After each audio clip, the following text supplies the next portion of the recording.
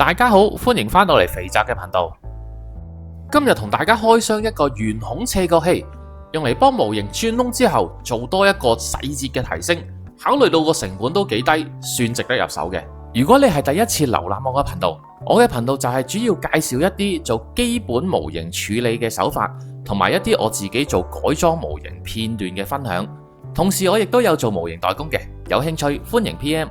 對呢類影片有興趣嘅朋友就記得訂閱啦。大家而家見到呢個係 GK 嘅京寶帆模型，京寶帆本身都出過好多靚嘅改件作品噶啦，其中比較令肥宅關注就係呢一類型出氣孔或者螺絲窿嘅細節，所以就特登買呢個圓孔斜角器試下做唔做到呢個效果。今次係會由頭講一次個工序，所以以下就係用到嘅工具啦。主角就係呢個圓孔斜角器，有成 6.5 cm 嘅直徑嘅，斜角就大概係45度左右。呢一版係模擬螺絲頭嘅配件，大家喺模型鋪可能都會見過噶啦。上面嘅配件直徑喺側邊已經印好晒，佢係用 mm 去做單位嘅，由細到大都有。大家亦都可以見到上面嘅款式都有唔少嘅，有啲係一致嘅螺絲頭啦，亦都有啲係類似出氣孔咁嘅配件。我個人都幾中意用嘅，因為加咗呢種配件做改工呢，係會比較容易提升到個機械感。當然要用到手轉嘅工具啦，由細到大嘅鑽頭我哋都係需要準備到嘅，同埋我哋要用到一支筆針去定位。今次我會用呢一個件去做示範，大家轉窿嘅時候攞嘅位置最好首先睇下佢背面會唔會有太多嘅結構阻住。所以今次我就會攞呢一個角位去開窿啦，單純就係因為呢個位置嘅背面冇額外嘅構造啫。轉窿之前，我強烈建議首先喺打窿位嘅中心點用筆針定一個位，因為轉嘴喺一個平滑嘅表面上面，直接去轉就好大機會會跣走少少位，同你預想打窿嘅位係會有少少出入嘅。你先用筆針開咗一個窿，再俾個轉嘴喺呢個窿上面繼續轉落去，咁個位置就一定會準好多嘅。定好咗位之後，就可以用轉嘴將呢個位轉穿。轉窿都會有少少嘅技巧，就係將個窿慢慢由細挖大佢。意思就係譬如你要轉一個 1.9mm 直徑嘅窿，我哋係唔會直接用一個 1.9mm 嘅轉嘴爆落去嘅。我自己習慣就會由 1.2mm 嘅轉嘴用起，先開咗個細窿，然後再用 1.6mm 嘅轉嘴將呢個窿挖大，最後先至用到 1.9mm， 如此類推。雖然咁樣開窿咧係會用多咗時間，但係呢個方案就可以最大限度確保你開窿嘅位置就正正喺你預期嘅地方上面。今次我哋會用到一粒2mm 嘅螺絲配件，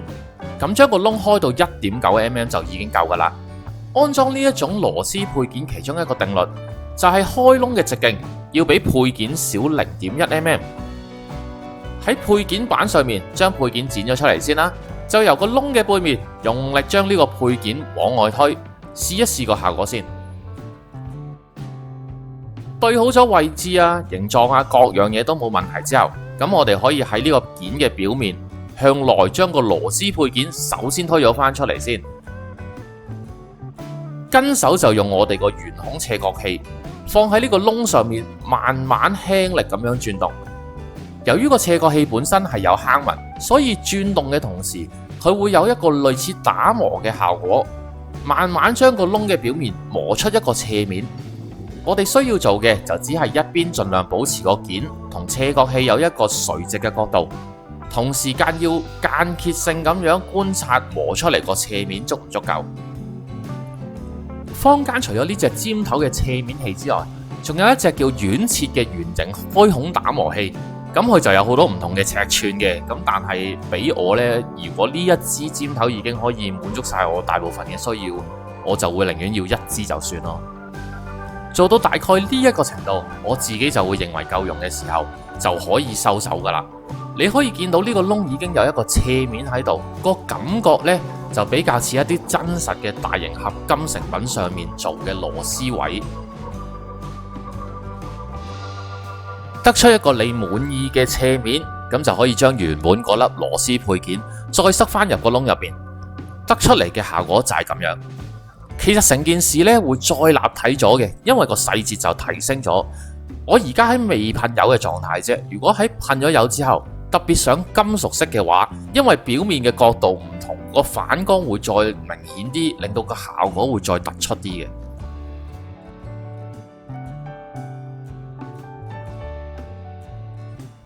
我同時自己亦都開多咗個窿喺另外一邊嘅，做一個直徑大少少3mm 嘅配件，去睇一睇唔同大細出嚟嘅效果會唔會有分別呢？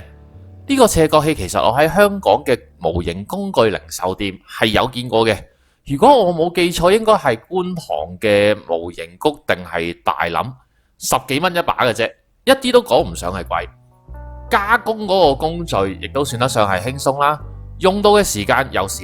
其實就算得上係幾抵玩嘅。咁當然啦，淘寶係有嘅。如果各位有興趣嘅，你 PM 我俾翻個網址你。如果覺得肥宅嘅影片有用或者得意嘅話，記得喺右下角撳一撳個訂閱掣支持下啦。完成咗之後，出到嚟個效果就係咁樣。你問我睇實物嘅話，我會覺得做喺比較大尺寸嘅窿上面，個感覺係會更加明顯嘅。由於呢個斜面器佢自己嘅直徑亦都有差唔多成6.5mm 啊，就算用落 PG 上面，我相信尺寸亦都係夠用嘅。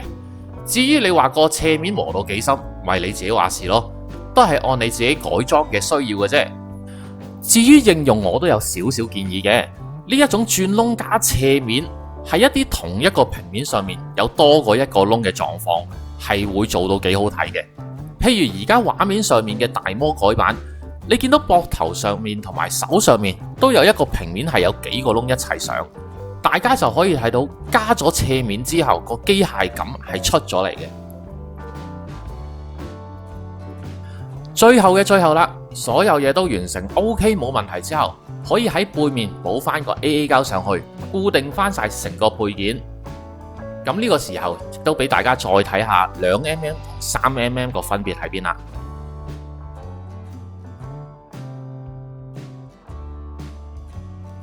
咁同時間啦，我自己亦都安裝咗一個類似噴氣孔嘅配件入去呢個已經做咗斜面嘅3mm 窿入邊，出嚟望落再順眼少少嘅個效果。所以大家做嘅同時，亦都可以考慮一下螺絲配件嘅形狀會唔會話再可以配合到呢個斜面嘅效果呢？嗱，呢條片未完噶，教多大家一個呢個斜面器官方冇同大家講過嘅用法。就係你可以用佢嚟幫一啲推進器或者噴射口嘅部件去做一個銳化嘅做法，非常之簡單，直接將個斜角器放入去推進口嘅開口位，然之後就一直轉，轉咗一陣呢，你就會得出一個邊位已經銳化咗嘅推進器。